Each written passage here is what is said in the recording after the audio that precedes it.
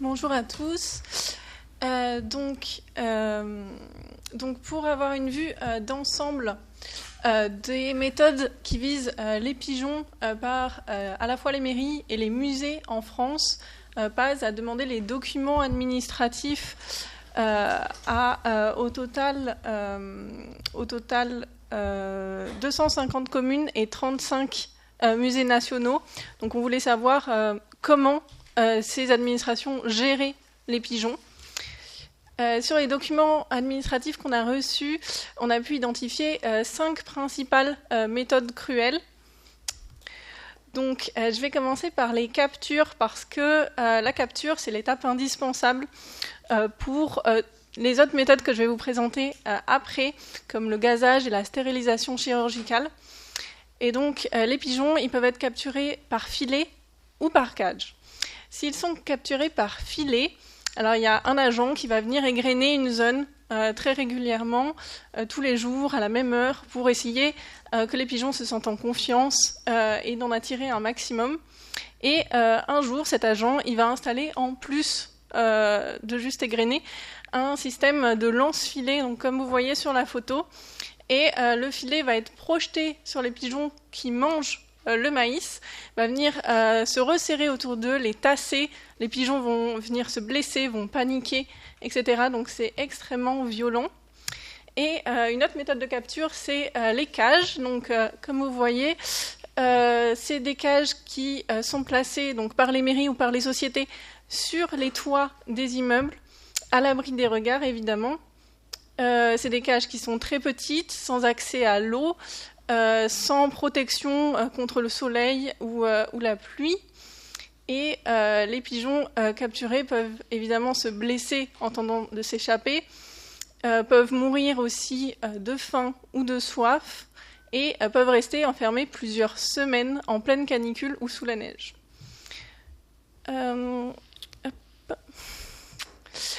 Donc, une fois que les pigeons ils sont capturés, donc que ce soit par filet ou par cage, comme on a vu, ils vont être transportés jusqu'à un lieu où ils vont être tués, soit par gazage, soit par stérilisation chirurgicale. Et donc, ils vont subir le transport donc, dans des sacs, comme à Mirepoix, dans des pots de peinture, comme au musée Metz-Pompidou, ou encore dans des sacs poubelles, comme à Pau. Donc, pour le gazage, les pigeons capturés ils vont être transportés jusqu'à un lieu qui dispose d'un caisson de gazage. Donc, les pigeons ils sont placés à l'intérieur et du CO2 va être injecté dans ce caisson. Donc, les pigeons ils vont être privés d'oxygène et ils vont étouffer jusqu'à perdre connaissance et mourir. Donc, c'est une mort lente et douloureuse, semblable à une noyade. Et le gazage est actuellement utilisé à Carcassonne, Niort, La Rochelle, Pau, Montbéliard, Orléans ou Reims, par exemple. Les pigeons capturés peuvent également subir la stérilisation chirurgicale. Donc, c'est une pratique qui est encore utilisée dans de grandes villes en France, donc à Toulouse encore, à Nîmes, à Boulogne-Billancourt et à Troyes, par exemple. Alors même qu'elle s'accompagne toujours d'une mortalité très élevée et de beaucoup de souffrance pour une efficacité qui est non démontrée. Donc, tout d'abord, dans une campagne de stérilisation, tous les pigeons capturés ne vont pas être stérilisés chirurgicalement, loin de là. En fait, après la capture, les pigeons ils font l'objet d'un tri et certains vont être sélectionnés pour subir l'opération et les autres vont être tués par gazage, comme on a vu juste avant. Donc, par exemple, le contrat qui a été conclu entre la SACPA et la ville de Nîmes, il est bien indiqué sur ce contrat que la stérilisation chirurgicale elle va être effectuée sur au maximum 20% des pigeons capturés. Donc, dans ces conditions, on voit bien que la stérilisation chirurgicale, ça consiste en réalité à tuer une grande partie des pigeons et à en stériliser chirurgicalement quelques-uns. Et la stérilisation chirurgicale, chez les oiseaux, c'est une pratique qui est très lourde. Et la mise en œuvre de bonnes pratiques chirurgicales, en fait, ça demanderait des moyens tellement considérables que ça en est irréaliste. Et dans les faits, les bonnes pratiques sont complètement bafouées. Les pigeons sont victimes d'une véritable barbarie. Ici, sur la photo, c'est une image qui vient de l'association belge de protection des animaux, Gaia, qui a publié des images tournées en caméra cachée. Donc c'est une stérilisation chirurgicale qui a eu lieu en Île-de-France pour la ville de Bruxelles. Au total, d'après la SACPA elle-même, le temps consacré à chaque pigeon sur la table d'opération n'excède pas 100 minutes. Le taux de mortalité par la SACPA pour cette intervention, le taux de mortalité toléré, il est de 10%. Et ça, c'est évidemment sans prendre en compte les pigeons qui ont été tués en amont par gazage. Donc 10%, c'est énorme. À titre de comparaison, le risque létal associé à une anesthésie chez un chat, c'est de 0,1%, et chez un chien, c'est 0,5%. Donc, il faut noter que la mortalité mesurée par la SACPA, elle est aussi nécessairement sous-estimée parce que la surveillance des pigeons s'arrête au bout de 48 ou 72 heures. Donc, tous les pigeons qui vont mourir après ces heures, ils ne vont pas être comptés dans les 10%. Donc, 10%, c'est déjà un chiffre qui était considérable, mais qui, en fait, va être facilement dépassé. L'effarouchement, c'est aussi une méthode cruelle, mais alors à la fois pour les pigeons et pour les rapaces qui sont nés en captivité. Ils ont le même patrimoine génétique que leurs congénères libres, et ils ont donc les mêmes besoins. Donc les rapaces, ils doivent pouvoir voler plusieurs kilomètres par jour, et c'est pas le cas en captivité. En fait, ils sont attachés, détenus à vie en cage ou en volière. Ils sont privés de leur mouvement, transportés. Il est très fréquent de constater des stéréotopies, donc des troubles du comportement chez les animaux sauvages captifs, preuve d'un état d'anxiété chronique. Et pour effectuer l'effarouchement des pigeons, en fait, les rapaces ils vont subir un dressage particulièrement choquant, parce que l'une des techniques centrales pour dresser un rapace, c'est la privation de nourriture. Donc, pour les pigeons, la méthode de l'effarouchement, elle est stressante. Certains pigeons sont blessés, voire tués. Et pour les rapaces, c'est également très cruel. Et enfin, on a aussi des campagnes de tir dans les villes. On considère parce que c'est une méthode cruelle, parce que les pigeons blessés peuvent agoniser pendant de longues heures avant de mourir, comme ça a été le cas par exemple sur cette photo. C'était le 12 septembre 2024 dans la ville de Falaise, sur le toit d'un particulier. Et donc là, je vous ai présenté les 5 méthodes principales, mais en fait, il y a d'autres villes qui ont recours à d'autres méthodes cruelles moins répandues, comme par exemple le fait d'électrocuter les pigeons capturés ou de leur tordre le cou. Donc, notre association demande une législation interdisant l'ensemble de ces méthodes cruelles, parce qu'il y a des alternatives éthiques et efficaces qui sont disponibles, comme par exemple le maïs contraceptif. Donc la nicarbazine, c'est une molécule non hormonale qui a pour effet de compromettre le développement de l'embryon. En fait, dans l'œuf, ça va mélanger le blanc et le jaune. Et donc, il va y avoir une diminution à la fois du nombre d'œufs pondus et du nombre d'œufs éclos. Et c'est une solution qui est présentée sous forme de grains de maïs. Et il va du coup cibler spécifiquement les pigeons, parce que les grains de maïs vont être trop gros pour que d'autres oiseaux, comme des moineaux par exemple, les ingèrent. En plus, l'élimination de la nicarbazine dans l'organisme, il est très rapide, si bien que 4 à 6 jours après la dernière injection, la fonction reproductrice, elle est entièrement rétablie. Donc, son administration continue permet d'obtenir des diminutions de population stables au cours du temps.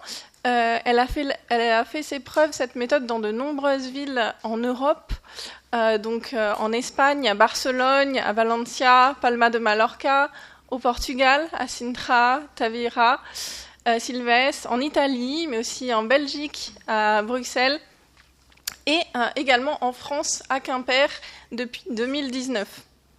Donc c'est une méthode... Pardon ? Alors c'est la nicarbazine, mais c'est du maïs contraceptif. Nicarbazine, oui. Donc c'est une solution qui est disponible en France à destination des collectivités.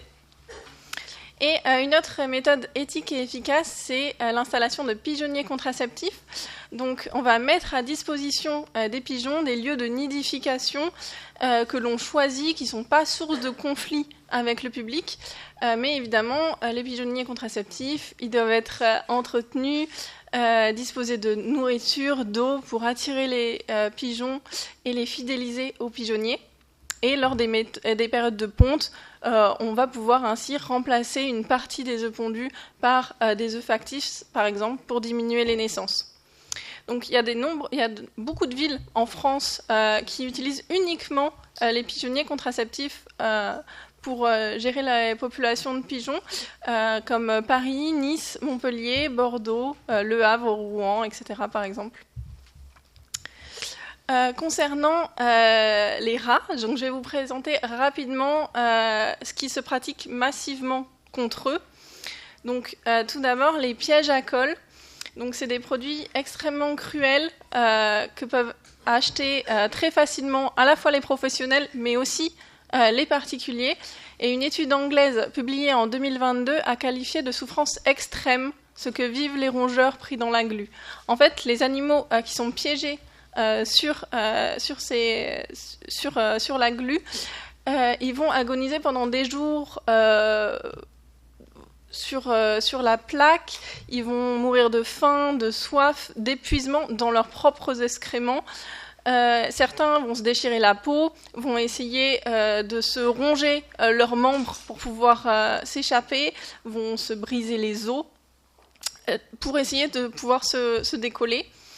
Les yeux et les muqueuses peuvent aussi être pris dans la colle, ce qui va entraîner une mort par étouffement, donc une mort lente et douloureuse.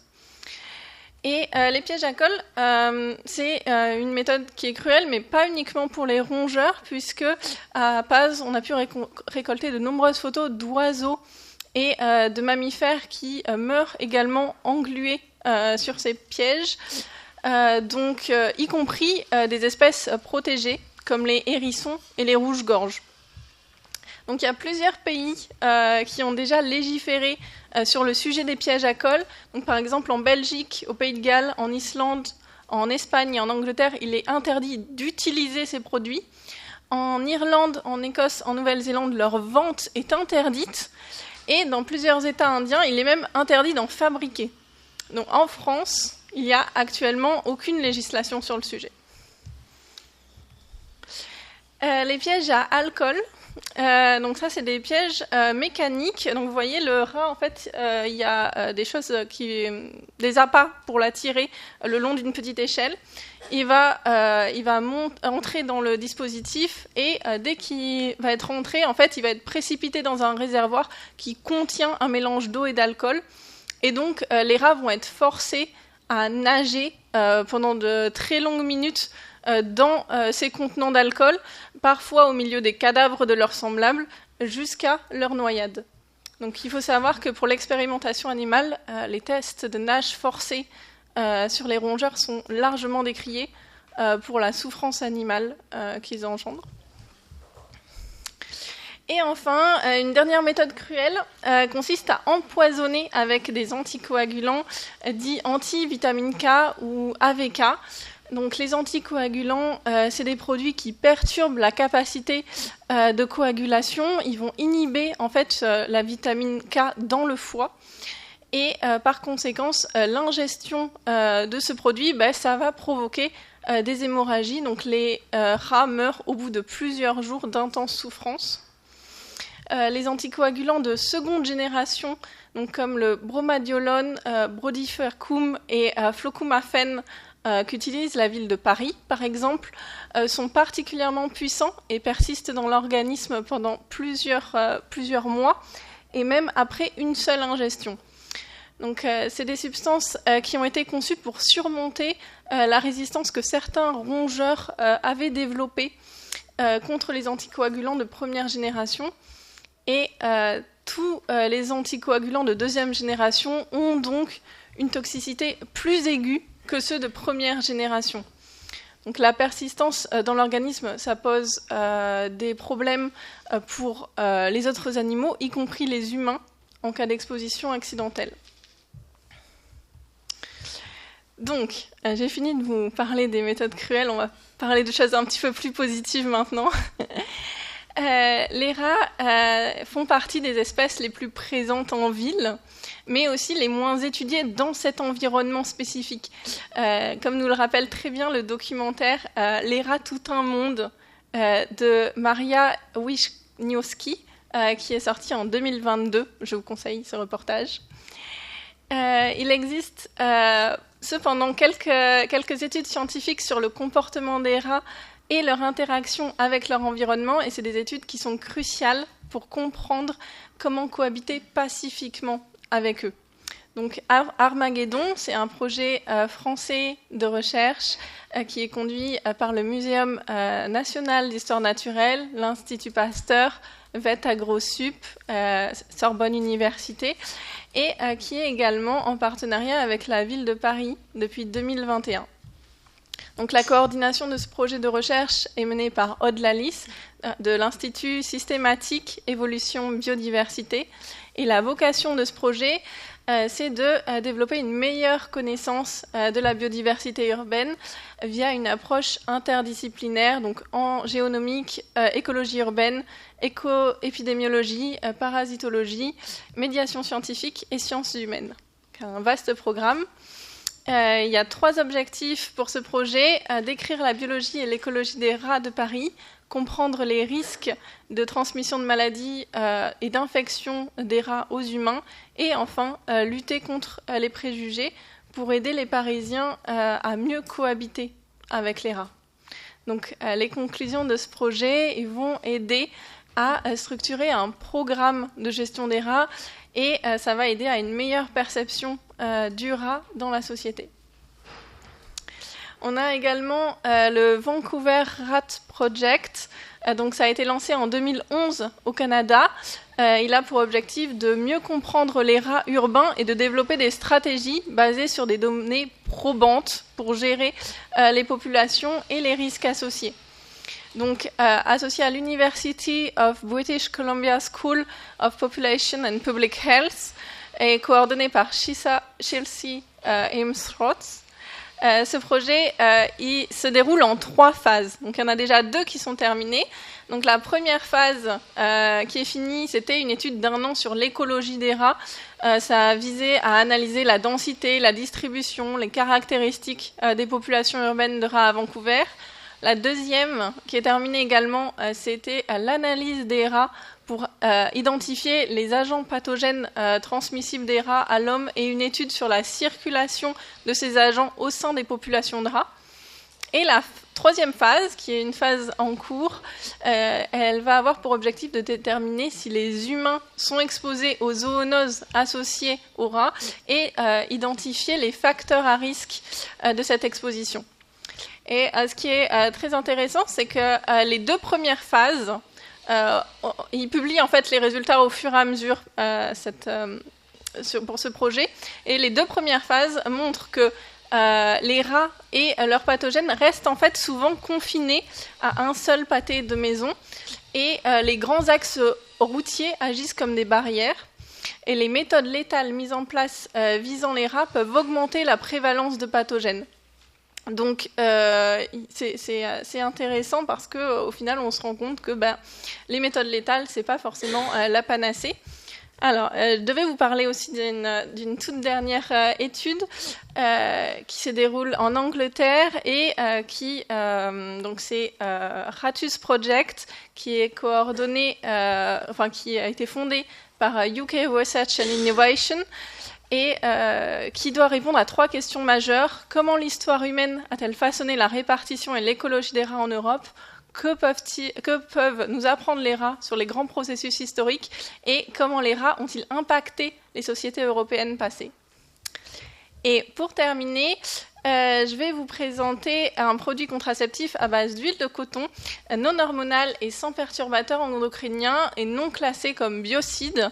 Donc c'est un produit de la marque Senestec, Evolve Soft Bait, qui est déjà commercialisé en dehors des États-Unis.